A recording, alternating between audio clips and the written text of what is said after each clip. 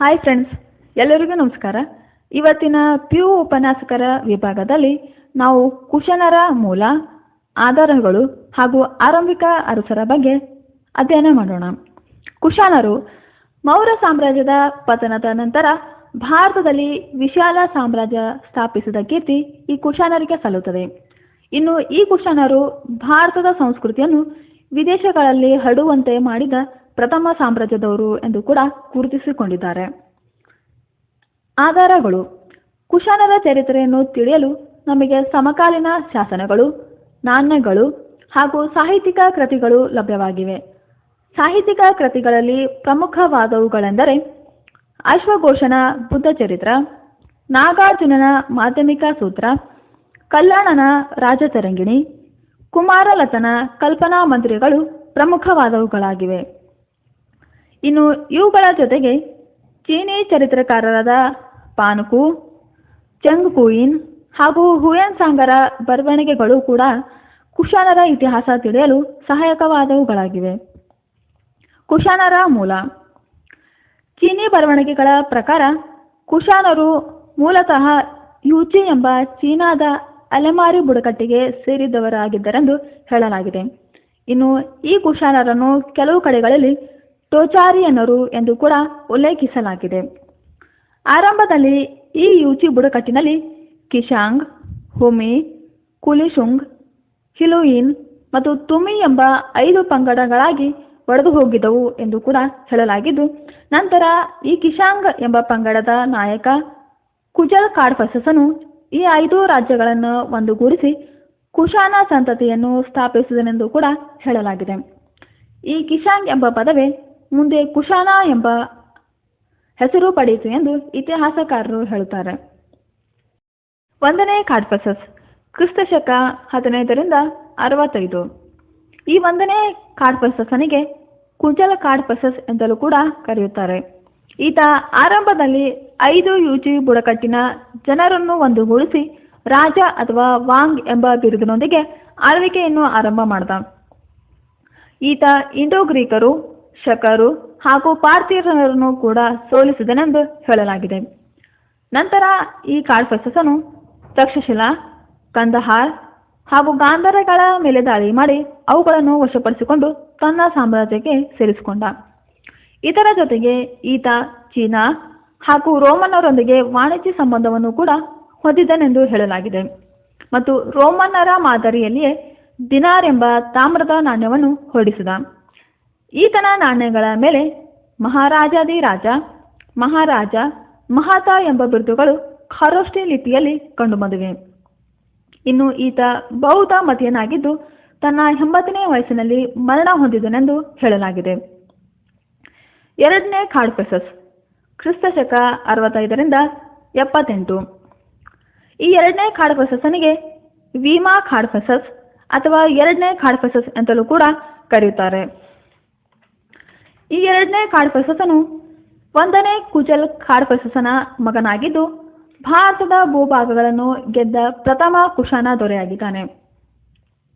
ಈತ ಪಂಜಾಬ್, ಮಥುರಾ ಹಾಗೂ ಬನಾರಸ್ಗಳನ್ನು ವಶಪಡಿಸಿಕೊಂಡನೆಂದು ಉಲ್ಲೇಖಿಸಲಾಗಿದೆ. ಈತನು ಪಂಜಾಬ್ನ ಆಳ್ವಿಕೆಯನ್ನು ನೋಡಿಕೊಳ್ಳಲು ಒಬ್ಬ ಸಂತ್ರಪ ಅಥವಾ ಒಬ್ಬ ಗವರ್ನರ್ನನ್ನು ನೇಮಿಸಿದನೆಂದು ಕೂಡ ಹೇಳಲಾಗಿದೆ. ಇನ್ನು ಈತನ ನಾಣ್ಯಗಳ ಮೇಲೆ ಸಮಗ್ರ ಪ್ರಪಂಚದ ಒಡೆಯ, ರಾಜರ ರಾಜ, ಸರ್ವಲೋಕೇಶ್ವರ ಮತ್ತು ಮಹೇಶ್ವರ ಎಂಬ ಬಿರುದುಗಳು ಕಂಡುಬಂದಿವೆ. ಇನ್ನು ಈತನ ನಾಣ್ಯಗಳು ಪಂಜಾಬ್, ಕಂದಹಾರ್, ಗಾಂಧಾರ ಹಾಗೂ ಕಾಬೂಲ್ ಕಣಿವೆಯಲ್ಲಿ ಕಂಡುಬಂದಿವೆ. ಈ 2ನೇ ಕಾಡ್ಫಸಸನ ನಾಣ್ಯಗಳ ಮೇಲಿನ ಶಿವ ಹಾಗೂ ನಂದಿ ಚಿತ್ರಗಳನ್ನು ಆಧರಿಸಿ ಇತಿಹಾಸಕಾರರು ಈತ ಶೈವ ಮತಾವಲಂಬಿಯಾಗಿದ್ದನೆಂದು ಹೇಳಿದ್ದಾರೆ. ಇನ್ನು ಈತ ರೋಮ್ ಚಕ್ರವರ್ತಿಯಾದ ಟ್ರಾಜಾನನ ಆಸ್ಥಾನಕ್ಕೆ ತನ್ನ ರಾಯಭಾರಿಯನ್ನು ಕೂಡ ಕಳುಹಿಸಿದನೆಂದು ಹೇಳಲಾಗಿದೆ. Thank you friends. ಮತ್ತೆ ಮುಂದಿನ ಅಧ್ಯಯನದಲ್ಲಿ ನಾವು ಕನಿಷ್ಕನ ಬಗ್ಗೆ ಅಧ್ಯಯನ ಮಾಡೋಣ. ಹಾಯ್ ಫ್ರೆಂಡ್ಸ್, ಎಲ್ಲರಿಗೂ ನಮಸ್ಕಾರ. ಇವತ್ತಿನ PU ಉಪನ್ಯಾಸಕರ ವಿಭಾಗದಲ್ಲಿ ನಾವು ಕನಿಷ್ಕನ ಜೀವನ ಹಾಗೂ ಸಾಧನೆಯನ್ನು ಗಮನಿಸೋಣ. ಕನಿಷ್ಕ ಕ್ರಿಸ್ತಶಕ 78ರಿಂದ 120. ಈ ಕನಿಷ್ಕನು ಕುಶಾನರ ಅರಸರಲ್ಲಿಯೇ ಅತ್ಯಂತ ಪ್ರಸಿದ್ಧ ದೊರೆಯಾಗಿದ್ದಾನೆ. ಪೇಶಾವರ್ ಅಥವಾ ಪುರುಷಪುರ ಕನಿಷ್ಕನ ರಾಜಧಾನಿಯಾಗಿತ್ತು. ಇನ್ನು ಮಥುರಾ ಕನಿಷ್ಕನ ಕಾಲದಲ್ಲಿ ಎರಡನೇ ರಾಜಧಾನಿ ಎಂದು ಹೆಸರುವಾಸಿಯಾಗಿತ್ತು. ಕನಿಷ್ಕನ ದಂಡಯಾತ್ರೆಗಳು. ನೈಸರ್ಗಿಕ ಸೌಂದರ್ಯಕ್ಕೆ ಹೆಸರಾದ ಕಾಶ್ಮೀರವನ್ನು ಕನಿಷ್ಕನು ವಶಪಡಿಸಿಕೊಂಡನೆಂದು ಇತಿಹಾಸಕಾರನಾದ ಕಲ್ಲಾಣನು ತನ್ನ ರಾಜ್ಯತರಂಗಿಣಿ ಎಂಬ ಗ್ರಂಥದಲ್ಲಿ ಉಲ್ಲೇಖಿಸಿದ್ದಾನೆ. ಅಲ್ಲದೆ ಬೌದ್ಧ ಮತೀಯನಾದ ಕನಿಷ್ಕನು ಕಾಶ್ಮೀರದಲ್ಲಿ 4ನೇ ಬೌದ್ಧ ಸಮ್ಮೇಳನವನ್ನು ಕೂಡ ಏರ್ಪಡಿಸಿದ ಎಂದು ಹೇಳಲಾಗಿದೆ. ಕನಿಷ್ಕನು ಪಾಟ್ಲಿಪುತ್ರದ ಮೇಲೆ ದಾಳಿ ಮಾಡಿದನೆಂದು ಕೆಲವು ಬೌದ್ಧ ಗ್ರಂಥಗಳಲ್ಲಿ ಉಲ್ಲೇಖಿಸಲಾಗಿದೆ. ಅಲ್ಲದೆ ಪಾಟ್ಲಿಪುತ್ರದ ಮೇಲೆ ದಾಳಿ ಮಾಡಿದ ಸಂದರ್ಭದಲ್ಲಿ ಅಲ್ಲಿ ದೊರೆತ ಬೌದ್ಧ ವಿದ್ವಾಂಸ ಅಶ್ವಘೋಷನನ್ನ ತನ್ನ ಆಸ್ಥಾನಕ್ಕೆ ಕರೆತಂದನೆಂದು ಕೂಡ ಬೌದ್ಧ ಗ್ರಂಥಗಳು ತಿಳಿಸುತ್ತವೆ. ಇನ್ನು ಕನಿಷ್ಕನು ಶಕ ಛತ್ರಪರನ್ನು ಸೋಲಿಸಿ ಅವರಿಂದ ಪಂಜಾಬ್ ಹಾಗೂ ಮಥುರಾ ಪ್ರಾಂತಗಳನ್ನು ವಶಪಡಿಸಿಕೊಂಡ. ಅಲ್ಲದೆ ಕನಿಷ್ಕನು ಚೀನಾದ ಅರಸನಾದ ಪಾಂಚಾವನ ಮೇಲೆ ದಾಳಿ ಮಾಡಿ ಸೋತಿನೆಂದು ಕೂಡ ಹೇಳಲಾಗಿದೆ.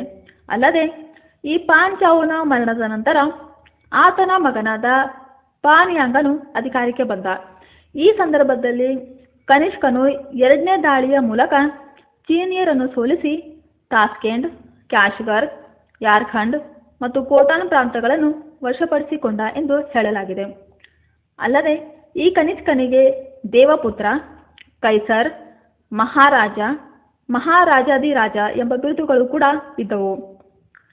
ಕನಿಷ್ಕನು ತನ್ನ ಸಾಮ್ರಾಜ್ಯವನ್ನು ಅನೇಕ ಪ್ರಾಂತ ಅಥವಾ ಸಂತ್ರಪಿಗಳಾಗಿ ವಿಂಗಡಿಸಿದ್ದ ಮತ್ತು ಅವುಗಳ ಆಡಳಿತವನ್ನು ನೋಡಿಕೊಳ್ಳಲು ಕ್ಷತ್ರಪ ಎಂಬ ರಾಜ್ಯಪಾಲರನ್ನು ಕೂಡ ನೇಮಕ ಮಾಡಿದ. ಇನ್ನು ಕನಿಷ್ಕನ ಕಾಲದಲ್ಲಿದ್ದ ಪ್ರಮುಖ ಪ್ರಾಂತಗಳು ಎಂದರೆ ಕ್ಯಾಶ್ಗರ್, ಖೋಟಾನ್, ಯಾರ್ಖಂಡ್, ಬ್ಯಾಕ್ಟೇರಿಯಾ, ಕಾಬೂಲ್, ಸಿಂಧ್, ಪಂಜಾಬ್, ಕಾಶ್ಮೀರ್, ಮಾಳ್ವಾ, ಮಥುರಾ, ಬನಾರಸ್ ಮತ್ತು ಸೌರಾಷ್ಟ್ರಗಳು ಕನಿಷ್ಕನ ಕಾಲದ ಪ್ರಸಿದ್ಧ ಪ್ರಾಂತಗಳಾಗಿದ್ದವು. ಅಲ್ಲದೆ ಕನಿಷ್ಕನ ಕಾಲದಲ್ಲಿ ಅಮಾತ್ಯ ಹಾಗೂ ಮಹಾಸೇನಾಪತಿ ಎಂಬ ಭಾರತೀಯ ಅಧಿಕಾರಿಗಳು ಕೂಡ ಆತನ ಆಳ್ವಿಕೆಯಲ್ಲಿ ಭಾಗವಹಿಸಿದ್ದರೆಂದು ಇತಿಹಾಸಕಾರರು ಹೇಳಿದ್ದಾರೆ. ಕನಿಷ್ಕನ ಬೌದ್ಧ ಧರ್ಮ.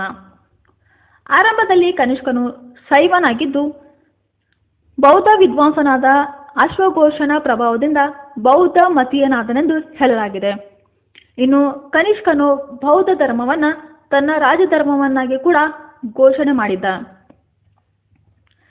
ಈ ಕನಿಷ್ಕನ ಆಸ್ಥಾನದಲ್ಲಿ ಅಶ್ವಘೋಷ, ನಾಗಾರ್ಜುನ, ವಸುಮಿತ್ರ, ಚರಕರಂತಹ ಬೌದ್ಧ ವಿದ್ವಾಂಸರು ಇದ್ದರೆಂದು ಹೇಳಲಾಗಿದೆ.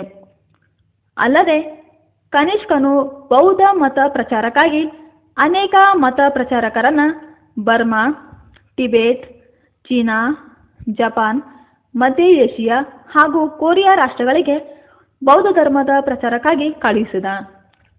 ಕನಿಷ್ಕನ ಕಾಲದಲ್ಲಿ 4ನೇ ಬೌದ್ಧ ಸಮ್ಮೇಳನವು ಕಾಶ್ಮೀರದ ಕುಂಡಲಿವನದಲ್ಲಿ ನಡೆಯಿತು. ಕನಿಷ್ಕನು ಬೌದ್ಧ ಧರ್ಮದ ಮಹಾಯಾನ ಪಂಥದ ಅನುಯಾಯಿಯಾಗಿದ್ದ. ಇನ್ನು ಕನಿಷ್ಕನನ್ನು 2ನೇ ಅಶೋಕ ಎಂತಲೂ ಕೂಡ ಕರೆಯುತ್ತಾರೆ. ಕನಿಷ್ಕನ ಕಾಲದಲ್ಲಿ ಅಶ್ವಘೋಷ, ನಾಗಾರ್ಜುನ, ವಸುಮಿತ್ರ, ಚರಕೋರ ಎಂಬ ಪ್ರಸಿದ್ಧ ಕವಿಗಳು ಕನಿಷ್ಕನ ಆಸ್ಥಾನದಲ್ಲಿದ್ದರು. ಅಶ್ವಘೋಷನ ಕೃತಿಗಳು ಬುದ್ಧ ಚರಿತ, ಸೂತ್ರಾಲಂಕಾರ, ಸೌಂದರ್ಯಾನಂದ, ವಜ್ರಸೂಚಿ, ಸಾರಿಪುತ್ರ ಮತ್ತು ಮುಂತಾದವುಗಳು. ನಾಗಾರ್ಜುನನ ಕೃತಿಗಳು ಮಹಾಯಾನ ಶ್ರದ್ಧೋಪಾದ, ಮಾಧ್ಯಮಿಕ ಸೂತ್ರ, ಸಹೋಲ್ಲೇಖ, ಸೂತ ಶಾಸ್ತ್ರ. ವಸುಮಿತ್ರನ ಪ್ರಸಿದ್ಧ ಕೃತಿ ಎಂದರೆ ಮಹಾವಿಭಾಷಾಶಾಸ್ತ್ರ. ಇದನ್ನು ಬೌದ್ಧ ಧರ್ಮದ ವಿಶ್ವಕೋಶ ಎಂತಲೂ ಕೂಡ ಕರೆಯುತ್ತಾರೆ. ಇನ್ನು ಚರಕನ ಚರಕ ಸಂಹಿತೆ, ಇದರಲ್ಲಿ ಶಸ್ತ್ರಚಿಕಿತ್ಸೆಯ ಬಗ್ಗೆ ಮಾಹಿತಿಯನ್ನು ನೀಡಲಾಗಿದೆ. ಕನಿಷ್ಕನು ಕಲಾ ಪೋಷಕನಾಗಿದ್ದು ಹಲವಾರು ಬೌದ್ಧ ವಿಹಾರಗಳು, ಸ್ತೂಪಗಳನ್ನು ನಿರ್ಮಿಸಿದ್ದಾನೆ. ಪೇಶಾವರ್, ತಕ್ಷಶಿಲಾ, ಮಥುರಾ, ಗಾಂಧಾರ, ಸಾರನಾಥ, ಕನಿಷ್ಕಪುರ ಇವುಗಳು ಕನಿಷ್ಕನ ಕಾಲದ ಪ್ರಸಿದ್ಧ ಕಲಾ ಕೇಂದ್ರಗಳಾಗಿದ್ದವು. ಅಲ್ಲದೆ ಕನಿಷ್ಕನು ಶಜಿಕಿ ದ್ರೇಹಿ ಎಂಬ ಗೋಪುರವನ್ನು ಕೂಡ ನಿರ್ಮಾಣ ಮಾಡಿದನೆಂದು ಹೇಳಲಾಗಿದೆ. ಕನಿಷ್ಕನು ಕಾಶ್ಮೀರ ಬಳಿ ಕನಿಷ್ಕಪುರ ಹಾಗೂ ತಕ್ಷಶಿಲೆಯ ಬಳಿ ಸಿರಸುಕ ಎಂಬ ನಗರಗಳನ್ನು ಕೂಡ ನಿರ್ಮಾಣ ಮಾಡಿದ. ಇನ್ನು ಕನಿಷ್ಕನ ಆಸ್ಥಾನದಲ್ಲಿ ಏಜಿಸಿಲಾಸ್ ಎಂಬ ಗ್ರೀಕ್ ವಾಸ್ತುಶಿಲ್ಪಜ್ಞ ಇದ್ದನೆಂದು ಹೇಳಲಾಗಿದೆ. ಭಿಕ್ಷು ಬಲೆ ಎಂಬ ಶಿಲ್ಪಿಯು ಸಾರನಾಥದಲ್ಲಿ ನಿಂತ ಭಂಗಿಯ ಒಂದು ಬೌದ್ಧ ಮೂರ್ತಿಯನ್ನು ಕೂಡ ನಿರ್ಮಾಣ ಮಾಡಿದ. ಬುದ್ಧನನ್ನು ಪ್ರಥಮ ಬಾರಿಗೆ ಮೂರ್ತಿ ರೂಪದಲ್ಲಿ ಪೂಜೆ ಮಾಡಲಿಕ್ಕೆ ಆರಂಭಿಸಿದವರು ಈ ಕನಿಷ್ಕನೇ ಮೊದಲಿಗನಾಗಿದ್ದಾನೆ. ಸಿರವಿಲ್ಲದ ಕನಿಷ್ಕನ ವಿಗ್ರಹ ದೊರೆತದ್ದು ಮಥುರಾದಲ್ಲಿ. ಕನಿಷ್ಕನ ಕಾಲದಲ್ಲಿ ಬೌದ್ಧ ಧರ್ಮವು ಹೀನಯಾನ ಹಾಗೂ ಮಹಾಯಾನ ಎಂಬ ಎರಡು ಪಂಥಗಳಾಗಿ ವಿಂಗಡಣೆಯಾಯಿತು. ಇನ್ನು ಕನಿಷ್ಕನ ಕಾಲದಲ್ಲಿ ಗಾಂಧಾರ ಕಲೆಯು ಹೆಚ್ಚಿಗೆ ಪ್ರಸಿದ್ಧಿಯನ್ನು ಪಡೆದಿತ್ತು. ಸಾರನಾಥ್, ತಾರಿಯಾ, ಮಥುರಾ, ಸಾಂಚಿ, ನಂದಗರ್ ಮತ್ತು ಪ್ರಯಾಗಗಳಲ್ಲಿ ಅನೇಕ ಸ್ತೂಪಗಳು ಕಂಡುಬಂದಿವೆ. ಅಲ್ಲದೆ ಕನಿಷ್ಕನು ರೋಮನ್ನರ ಮಾದರಿಯ ನಾಣ್ಯಗಳನ್ನು ಕೂಡ ಚಲಾವಣೆಗೆ ತಂದನೆಂದು ಹೇಳಲಾಗಿದೆ.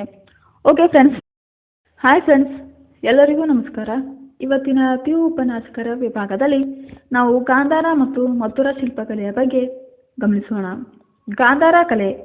ಭಾರತದ ಕಲಾ ಇತಿಹಾಸದಲ್ಲಿ ಗಾಂಧಾರ ಕಲೆಯು ತನ್ನದೇ ಆದ ಪ್ರಮುಖ ಸ್ಥಾನವನ್ನು ಪಡೆದುಕೊಂಡಿದೆ. ಇಂದಿನ ಪೇಶಾವರ್ ಪಟ್ಟಣದ ಸುತ್ತಮುತ್ತಲಿನ ಪ್ರದೇಶವನ್ನು ಪ್ರಾಚೀನ ಕಾಲದಲ್ಲಿ ಗಾಂಧಾರ ಪ್ರದೇಶವೆಂದು ಕರೆಯಲಾಗ್ತಾ ಇತ್ತು. ಈ ಪ್ರದೇಶದಲ್ಲಿ ಬೆಳೆದು ಬಂದ ಕಲೆಗೆ ಗಾಂಧಾರ ಕಲೆ ಅಂತಲೂ ಕೂಡ ಹೇಳಲಾಗಿದೆ. ಇತಿಹಾಸಕಾರರಾದ ಮಜುಮ್ದಾರ್ ಅವರು ಹೇಳುವಂತೆ ಗಾಂಧಾರ ಶಿಲ್ಪಕಲೆಯು ಗ್ರೀಕ್ ಕೈಗಳನ್ನು ಹೊಂದಿದೆ, ಆದರೆ ಹೃದಯ ಮಾತ್ರ ಭಾರತೀಯದಾಗಿದೆ ಎಂದಿದ್ದಾರೆ. ಈ ಗಾಂಧಾರ ಪ್ರದೇಶವು ಮೌರ್ಯರ ಆಳ್ವಿಕೆಯ ನಂತರ ಹೆಚ್ಚಾಗಿ ವಿದೇಶಿಯರ ಆಳ್ವಿಕೆಗೆ ಒಳಪಟ್ಟಿದ್ದರಿಂದ ಈ ಪ್ರದೇಶದಲ್ಲಿ ರಚಿತವಾದ ಗಾಂಧಾರ ಶಿಲ್ಪಕಲೆಯ ಮೇಲೆ ನಾವು ವಿದೇಶಿಯರ ಪ್ರಭಾವವನ್ನು ಹೆಚ್ಚಾಗಿ ಗಮನಿಸಬಹುದು. ಈ ಗಾಂಧಾರ ಕಲೆಯು ಬ್ಯಾಕ್ಟೀರಿಯನ್, ಪಾರ್ಥಿಯನ್ ಮತ್ತು ಕುಶನರ ಕಾಲದಲ್ಲಿ ಹೆಚ್ಚಾಗಿ ಬೆಳವಣಿಗೆಯನ್ನು ಹೊಂದಿತ್ತು. ಗಾಂಧಾರ ಕಲೆಗೆ ಗ್ರೀಕ್ ಬೌದ್ಧ ಕಲೆ, ಗ್ರೀಕ್ ಇಂಡೋ ಕಲೆ ಮತ್ತು ಗ್ರೀಕ್ ರೋಮನ್ ಶಿಲ್ಪಕಲೆ ಅಂತಲೂ ಕೂಡ ಕರೆಯುತ್ತಾರೆ.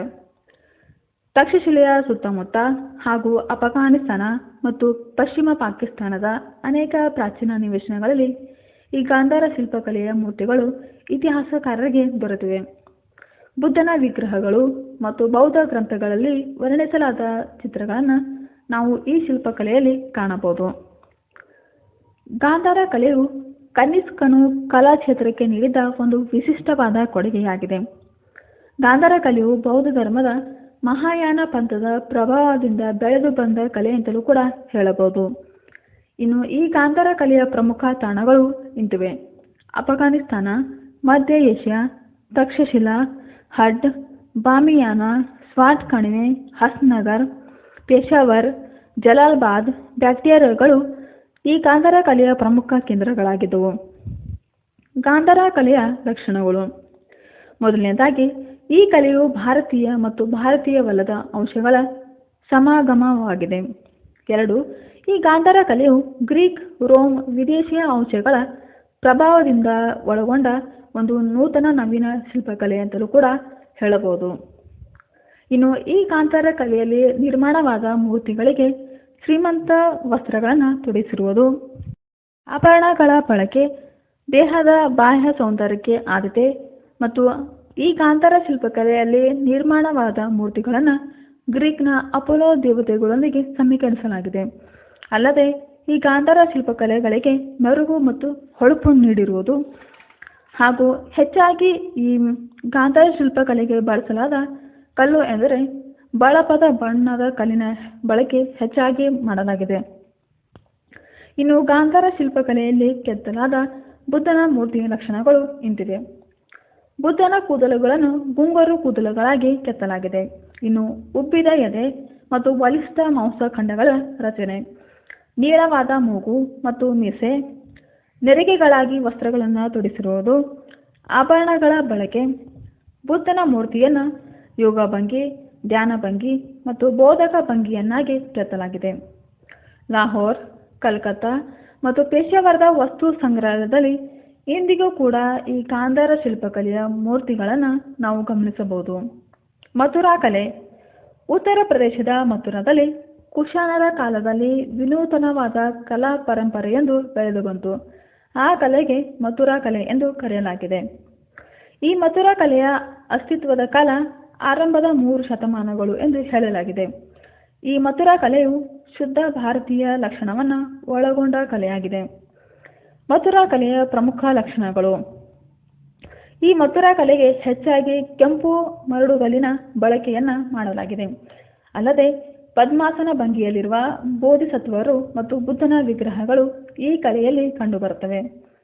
ಈ ಕಲೆಯ ವಿಶಿಷ್ಟ ಲಕ್ಷಣ ಎಂದರೆ ಶಾಂತಿ ಮತ್ತು ಆಧ್ಯಾತ್ಮಿಕ ಭಾವನೆ. ಅಲ್ಲದೆ ತೀರ್ಥಂಕರರು, ಬುದ್ಧ ಬೋಧಿಸತ್ವರು, ಶಿವ, ವಿಷ್ಣು, ಯಕ್ಷ ಯಕ್ಷಿಣಿಯರು, ಸ್ತ್ರೀ ಪುರುಷರ ಮೂರ್ತಿಗಳನ್ನು ನಾವು ಈ ಮಥುರಾ ಕಲೆಯಲ್ಲಿ ಗಮನಿಸಬಹುದು. ಈ ಮಥುರಾ ಕಲೆಯಲ್ಲಿ ಕೆತ್ತಲಾದ ಶಿರವಿಲ್ಲದ ಕನಿಷ್ಕನ 67 ಇಂಚು ಎತ್ತರವುಳ್ಳ ಮೂರ್ತಿಯೊಂದು ಮಥುರಾದಲ್ಲಿ ದೊರೆತಿದ್ದು, ಪೀಠ ಭಾಗದಲ್ಲಿ ಕನಿಷ್ಕ ಎಂದು ಬರೆಯಲಾಗಿದೆ. ಮಥುರಾ ಕಲೆಯು ಭಾರತೀಯ ಆಧ್ಯಾತ್ಮಿಕ ಕಲೆಗೆ ಹೆಚ್ಚಿನ ಆದ್ಯತೆಯನ್ನು ನೀಡಿದೆ. ಮಥುರಾ ಕಲೆಯಲ್ಲಿ ಬುದ್ಧನನ್ನ ಪದ್ಮಾಸನ ಭಂಗಿ, ಯೋಗ ಭಂಗಿಯಲ್ಲಿ ಕೆತ್ತಲಾಗಿದೆ. ಈ ಮಥುರಾ ಕಲೆಯು ಬ್ರಾಹ್ಮಣ ಧರ್ಮದಿಂದ ಪ್ರಭಾವಿತವಾದ ಕಲೆ ಅಂತಲೂ ಕೂಡ ಹೇಳಲಾಗಿದೆ.